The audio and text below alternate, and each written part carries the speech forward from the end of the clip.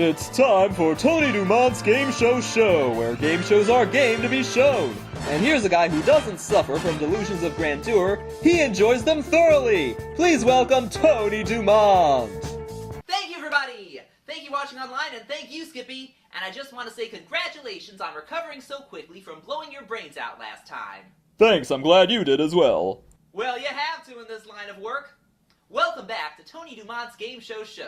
Now, before I begin, what show is the one show you grew up watching, the one of which you have the fondest memories, the one you really want me to review? Double Dare! Double Dare! Oh, good choice.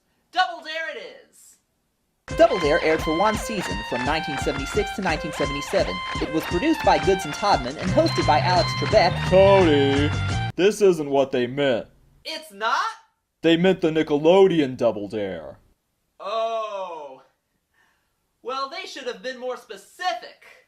That Double Dare debuted on Nickelodeon in 1986 and quadrupled the network's ratings shortly afterward, as well as helping define its image. It also introduced us to Mark Summers, who would prove to be one of the best TV hosts of all time. It became the longest-running children's game show in the USA, with a 7-year initial run and a year-long revival, and it set the standard for all kids' game shows that followed. Before Double Dare, children's game shows were pretty much one-off novelties, and after Double Dare, they became their own genre. Aside from all that, there's not really a whole lot to be said about it, but you asked for it, so review it I must. On your mark, get set, go! Now, when most people think of Double Dare, they think a messy game show, and when people think of messy game shows, they think Double Dare. When I first saw Double Dare as a young DuMont, in fact it was the 1989 super sloppy version, I was just appalled. What kind of game show would have kids getting themselves all messed up? Then I saw a few more episodes and my next impression was, boy, I'd sure like to do that. Of course, Double Dare wasn't the first children's game show to include messy and wacky stunts, which have been a staple of the game show genre since its inception, most notably with Beat the Clock, considered a forerunner to Double Dare. Also, a lot of Double Dare stunts weren't that messy. Plus, as I've pointed out before, it was less of a stunt show than a quiz with stunts thrown in. And at the risk of being burned at the stake, I must state for the record that Double Dare is not the messiest game show out there. So the big question is... That always happens when the game show host asks, but the big question is, how did Double Dare become the definitive messy game show? The answer? What Double Dare did differently from other messy game shows that came before was it made the goop and slop the focus of the show. As Nickelodeon had gleaned from its previous success airing You Can't Do That on television, what kids wanted to see was people getting slimed, so green slime soon became one of the network's trademarks. Double Dare picked up on this by bringing the mess to the forefront, devising new and innovative ways to get everyone slimed and gunked. They even gave their gooey substances a name, Gack, which Nickelodeon later used for the compound they sold as a toy in the 1990s. You know, the one that smelled bad and dried up right away. It was recently revealed that the name Gack came from street slang for heroin in Philadelphia, where the show was originally taped. Do you know what gack on the street means? That's right. Heroin? Gack was the street term for heroin. Holy shit! So the one thing kids really wanted was named for heroin. Seems appropriate. Of course, there's more to Double Dare's immense popularity than its sloppiness, such as its game format, which was rather well crafted and memorable. Double Dare has 2 teams, each with 2 kids, competing against each other for 2 rounds of play. Round 1 begins with a toss-up stunt, and note how they use the stunt to open the show. On your mark. Get set. Go! Just like that. They're not messing around. I mean, they are making a mess, they just don't waste any time. They go right into the action without even pausing for explanation. Instead, they just describe it as it unfolds and trust us to figure out what's going on. It's perfect for short attention spans. More importantly, it draws in our immediate interest in a way that few game shows do. Once the stunt is complete, the teams and their nicknames are introduced. The names mattered because when Double Dare first aired on Nickelodeon, both teams wore red uniforms. They didn't use different colors until the show went into first-run syndication in 1988. How else could we have distinguished the teams before then? Identifying their faces? That's too much to ask!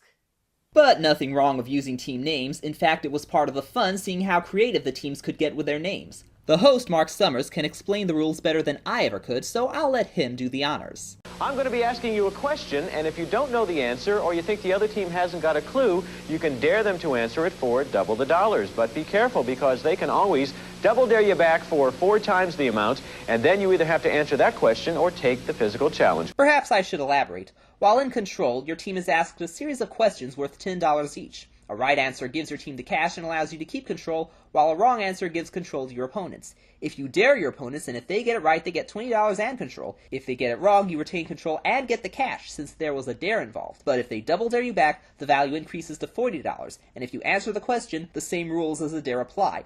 If you take the physical challenge, the audience rejoices, but more importantly, your team must complete a stunt within a time limit, either 10, 15, 20, or 30 seconds. Usually the stunts involve throwing items into a target, or filling a cup with some messy substance past the line, or popping balloons. Complete the stunt and your team wins $40 in control, otherwise the money and control go to your opponents. This continues until the end of the round, as the buzzer indicates. We will move on. No, we won't. The second round is played the same as the first, only with the dollar values doubled. $40 for the toss-up, $20 for a question, $40 for a dare, and $80 for a double dare or physical challenge. And the team with a higher score at the end of this round goes on to the obstacle course. The family versions were played the same, except each team now had 4 members of a family, 2 kids and 2 grown-ups, usually mom and dad. Also in round 1, the toss-up was worth $50 on the Fox version, $25 on Nick, with questions worth $25, $50 on a dare, and $100 on a double dare. Double in round 2.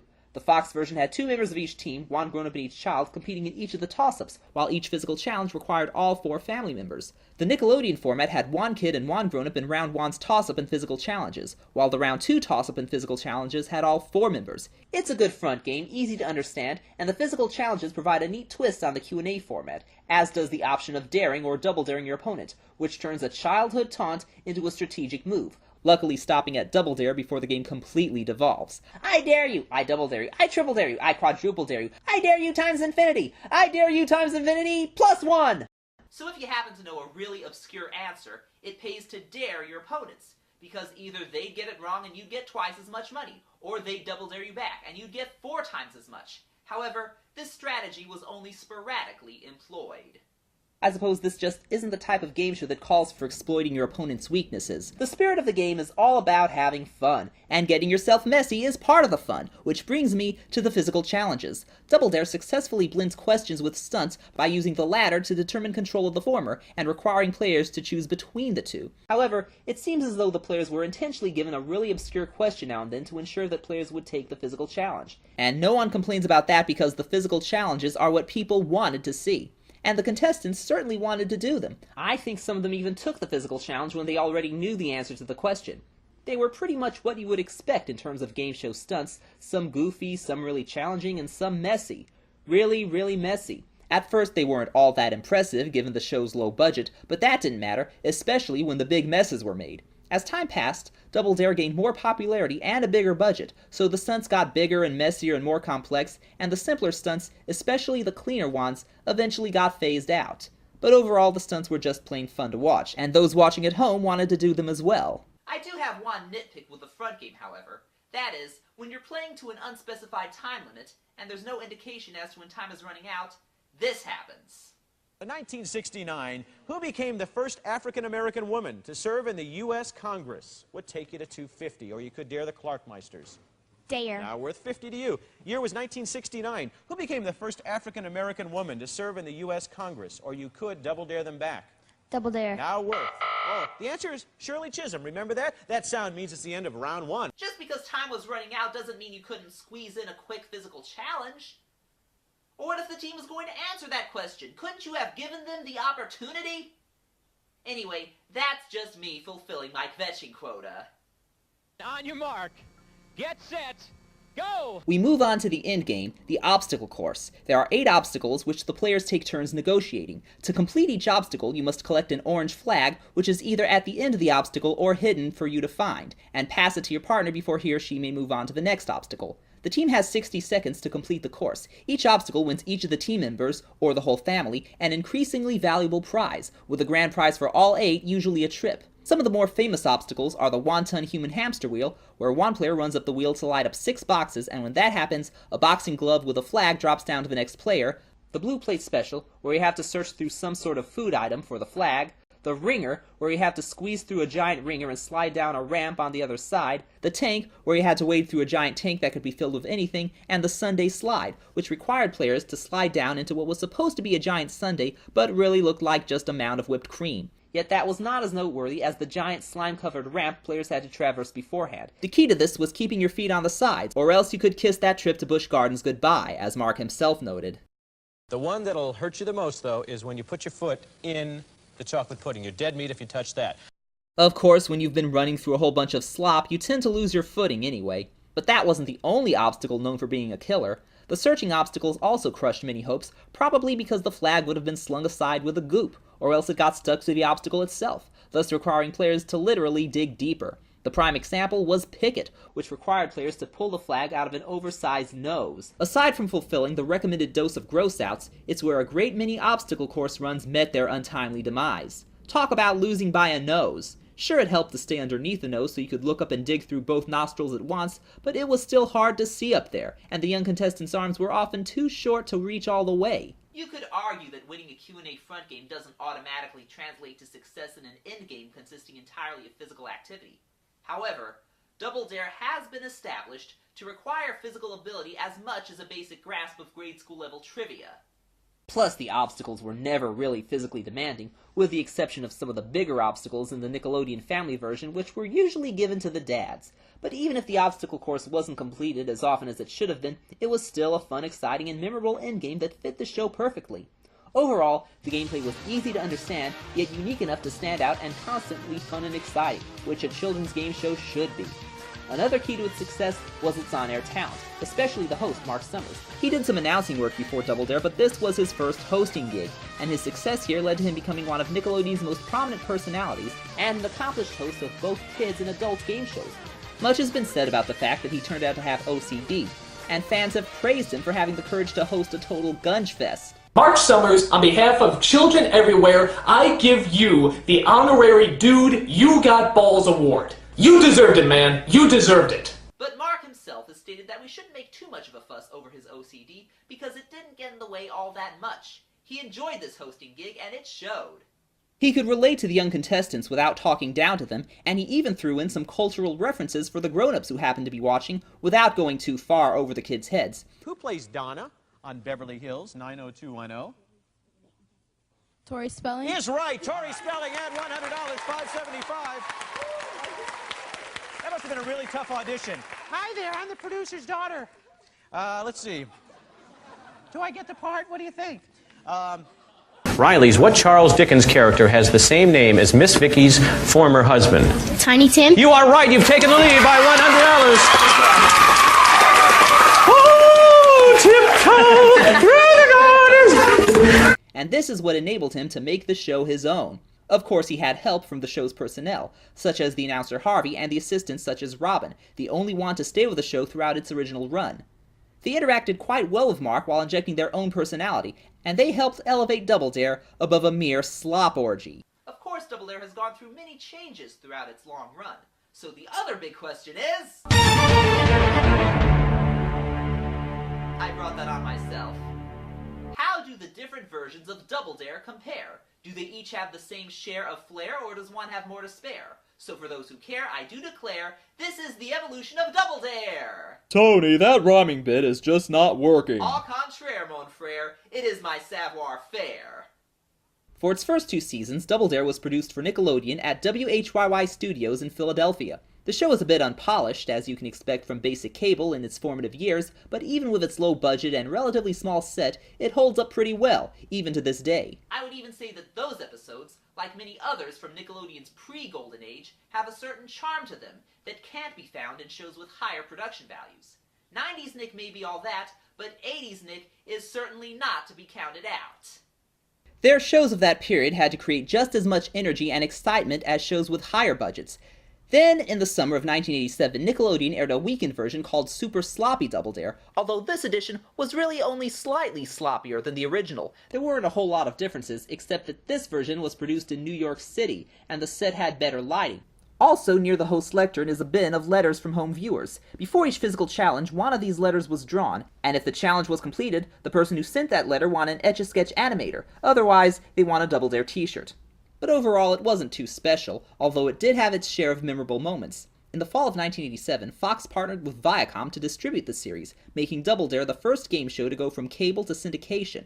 From February 1988 to September 1989, new episodes first aired on Fox affiliates and independent stations, after which they would be rerun on Nickelodeon, which aired repeats of the kids' version until March 1991 and brought them back briefly from time to time. During the syndicated run, the production values improved, and the team started wearing red and blue, which cleared up a lot of confusion. The game did get a bit shorter, since being on syndication meant episodes were now about 22 minutes long instead of 24, but to make up for it, the gameplay did flow a lot more smoothly than it did on cable, and it was still the same Double Dare we know and love. Also at this time, in the spring of 1988, a spin-off called Family Double Dare aired weekly in prime time on the fledgling Fox network. What made this version stand out was its presentation, which was certainly ready for prime time. The set was dressed up a bit, and so were everyone else. The contestants wore polo shirts, Mark wore a tux, and the assistants were dressed like snooker players. Even the teams were addressed by their family names rather than the bizarre nicknames used on the kids' version. Of course, the increased budget allowed for more of a mess, even more than that 1987 slightly sloppier Double Dare. Some of the older stunts were retooled to fit 4 players, and some interesting new stunts were invented for the show, and the prizes were certainly generous, as obstacle number 7 was worth $2,500 to $5,000 in cash in $500 increments, and number 8 was usually worth a car. Overall, the Fox Family Double Dare may have seemed a bit too slick and flashy for what was usually a low-key and freewheeling show, mainly because where the other versions were geared mostly toward children, this one was aimed at the entire family. But it worked because the Flash and the Mess didn't overpower each other, they complemented each other nicely, and proved that Double Dare could make it as a primetime network show. Unfortunately, Fox Family Double Dare only lasted for one 13-episode season, not because it wasn't a hit. In fact, it got renewed for a second season of 40 episodes, and the set and crew went to New York to produce it. But just after they arrived, the plug was pulled due to creative differences. Fox wanted to do more adult specials, such as WWF Wrestlers vs. Dallas Cowboy Cheerleaders, while Nickelodeon and Viacom, who co-produced this version, wanted to stay focused on the kids. It's a shame because I liked Fox Family Double Dare a lot and wanted to see more of it, and I'm sure a lot of us wanted to see the Dallas Cowboy Cheerleaders covered in gunge. I'm sure you would, Tony. Well, don't kids like seeing people get slimed? Maybe if we partnered the cheerleaders with the kids, it might have worked. Oh, never mind. By this time, Double Dare's popularity had brought about a slew of imitators, making messy kids' game shows all the rage in children's TV. Some of these shows were better than others, but still forced Double Dare to compete. Funhouse doesn't have one of these, we do. So in January 1989, the show was retitled Super Sloppy Double Dare, and it really got super sloppy, at least more than that 1987 misnomer. The stunts and obstacles got bigger, and the show was moved to a larger set in Philadelphia, the one where Finders Keepers had been taped during its Nickelodeon run.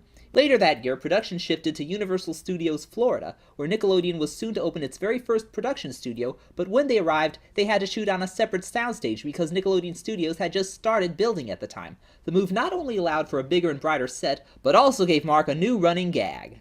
Another great audience here at the Universal Studios facility here in St. Augustine, Florida. This place is unbelievable. Excuse me, Mark. Yes? Mark. No, Yeah? no, not St. Augustine. Where are we? No, Orlando. We're in Orlando. Gateway to Lizards, Orlando. Okay, we're in Orlando. I don't know. I get on these planes and they send me to these places. Well, Orlando could be mistaken for any other city in Florida if it weren't for the theme parks. This version ended along with Double Dare's syndicated run in the fall of 1989. Still, the 1989 Super Sloppy version was, to that point, not only Double Dare at its messiest, but also at its best. The execution and presentation had improved significantly, especially after the move to Orlando. The Philadelphia set was indeed the most different from the others, but the Orlando one seemed more like what the show had been needing all along.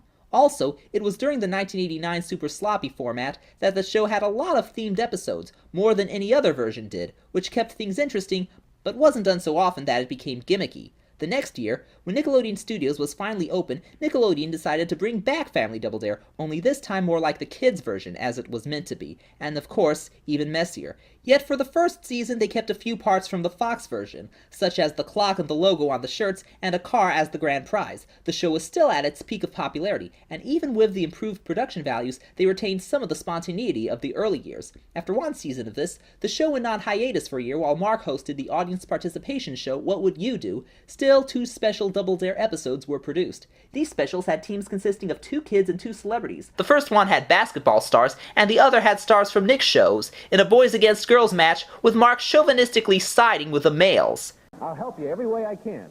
The gameplay kept the 4-player format from the Nick family version, though the scoring followed the 2-player format, $10, $20, $40, which seems kind of cheap since they were supposedly playing for charity. But it was still a neat variation, and it could have been done a lot more often, even as a regular format. Then in 1992, Nickelodeon did a second season of Family Double Dare, with a few changes. Harvey, who had just become a father, left the show to be with his family, and local DJ Doc Holliday took his place. Doc was a competent announcer, but he just didn't have the chemistry with Mark that Harvey had.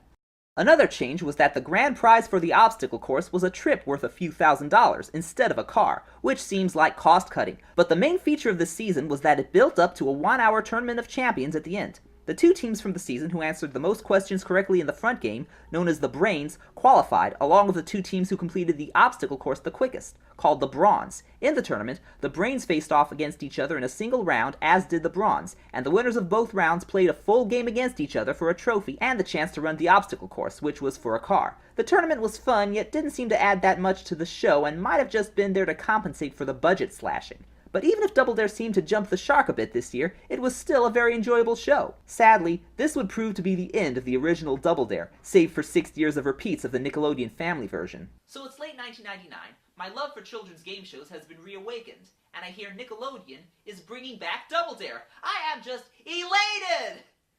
Then, I see the new Double Dare, and that elation dissipates a bit, and I may very well exceed my kvetching quota. The revival, rechristened Double Dare 2000, followed the Nickelodeon family format, which was to be expected since that version was the one most popular and recently seen. It was rather faithful, keeping many of the best stunts and obstacles, and Mark Summers was brought back as an executive producer, but even that couldn't compensate for the show's flaws. The main problem was that the presentation seemed excessive. Rather than being merely dressed up like the Fox family version, this version went all out, especially in the way they hyped up their only real change to the format, the Triple Dare Challenge, which they touted with sirens, confetti blasts, marching bands, dancing girls, even a chimp sidekick. Getting messy is one thing, but having gone down the slide where a chimp has been is, well, not so appealing, regardless of what Jane Goodall says. Also, the stunts and obstacles got way bigger and more elaborate and complex, so much that they took way too long to set up and explain, something of which I can't believe Mark Summers would have approved. I have to explain semi-complicated physical challenges in 30 seconds or less, because if you do a 3-minute explanation, the people at home are going to turn the dial. Before then, the 2-player stunts would take half a minute or so to explain before they were played, and the 4-player stunts about a minute. On DD2K, they took about twice as long to explain, so usually there's only one of them per round. And that doesn't even take into account the Triple Dare Challenge, which is, in round 2, the team that takes the physical challenge has the option to turn it into a Triple Dare Challenge, which means increasing the value to $300 and a bonus prize, which does not affect scoring, in return for adding some difficulty that's not revealed until after the challenge has been accepted. So if the challenge is not taken, all this pageantry has been in vain, and if it is, then even more time is taken for the fanfares and setting up the increased difficulty, which means that after 2 minutes of setup, 30 seconds of offering the prize, and another 30 seconds of explaining the tougher task, that means more of the second round is spent setting up the stunt than playing it or asking questions, which really slows the pace. And if the team doesn't complete the Triple Dare Challenge, in fact a lot of the stunts here weren't completed because they were so complex and probably not properly tested like they used to be, their opponents not only received the cash, but also the prize without having to budge. And then there's the obstacle course, which was renamed the Slopsticle course, unnecessarily. What really needed renaming were the teams, since the team names were just not as original as they were on the old version. Most of them were just variations on the team color or the family name, and what's the fun in that? Anyway, about the Slopsticle course, among the older obstacles were newer ones that incorporated modern technology which took the physical aspect out of the challenge, such as the Gack Factory, or else didn't function properly like Double Click. And that, plus the way many players on this version seemed reluctant to get slimed, explains why obstacle course wins were so few and far between. Did DD2K get so caught up in its presentation and looking new and hip, mostly for a format change that proved needless and unsuccessful, that being super sloppy became secondary? That would explain why the players seemed surprised at having to get messy, especially in cases where the added mess was just not necessary. On a show like Double Dare, you really shouldn't be afraid to get messy. Because, well, life is like a Double Dare obstacle course. I mean it. From time to time, we all have to get messy. We have to get our hands dirty and our feet wet. And why do we do that? I'll tell you why. Because at the top of that chocolate-covered ramp, at the end of that whipped cream-filled tunnel, within that giant grilled cheese sandwich, there is a flag. And there is only so little precious time to get that flag and pass it to our teammate. So when life throws a tank full of pudding or a giant hamster wheel in our way, that is not the time to back down, people. That is the time to stand up and shout, I am gonna go through whatever slings and arrows and goop and slop and gack and goose come my way, and I am gonna get the flag! And I am gonna win me a new mountain bike! Wow, Tony. That was pretty good. Thanks, Skippy. If they give awards for web series, I'm sure that's gonna win one. Also, the host, Jason Harris, and the announcer, Tiffany, are no Mark and Harvey. They don't really interact with each other. Overall, Double Dare 2000 seems to be devoid of the fun and spontaneity that made the original such a great show, and that's why it only lasted 1 year. Still, it's not the worst version of Double Dare. That dishonor goes to the 1987 attempt by Viacom to adapt Double Dare for adults. Actually, 2 pilots of that were made. Celebrity Double Dare, where teams consisted of a civilian and a celebrity partner, and Double Dare, which recently surfaced, with grown-up couples as teams. Here, there was only 1 toss-up. Each question had 2 parts, one to be answered by each team member. The teams alternated questions instead of keeping control with the correct answer, and the obstacle course had 7 obstacles and a 90-second time limit. With no flags, players just pushed a button to move on to the next one. Bruce Jenner hosted both pilots, and he wasn't bad, just nothing special. In fact, the whole show was just bland and cheesy, and it didn't help that the stunts and obstacle course kept the mess to a minimum. I understand that having grown-ups do messy stunts isn't the same as having kids do it. With adults, it becomes a bit too silly, but if the show had gone all-out silly, it would have been a lot more fun. Instead, they made it too much like a regular adult show, focusing on the prizes rather than the humor, mess, and fun, which is what made Double Dare great. It might have worked if it had the gameplay and presentation of the original version, or at least the Fox version, but still Double Dare was a game meant for kids, and an adult spin-off would look like it was missing something, which these pilots certainly do, so it's no wonder neither of them sold. And just so we don't end this review on a downer, I should point out that Nickelodeon Suites in Orlando hosts a live stage version of Double Dare, played every day. So there's a possibility that Nickelodeon might revive Double Dare someday. But if they do, they'll have to tone down the flash. Substance over style, especially messy substances. As the success of Minute to Win It proves, it's possible to do an exciting stunt with just a few common household materials. So that and a bunch of slime will do instead of complex equipment. Also, they would have to hire a host who can actually keep the game moving along and relate to the kids instead of just acting overly excited. But most importantly, they need to keep a fun, lighthearted spirit, allowing for random unscripted silliness. While it's doubtful that they could ever recapture the magic that the original show had, at least that would be enough to keep Double Dare on the Big Orange Network for years to come. And there's Double Dare. It redefined the Messy Kids Game Show and the Messy Game Show and the Kids Game Show. It is truly one of the greatest game shows of all time. That said, I still don't see why we couldn't have reviewed the 1976 Goodson Todman Double Dare. Well,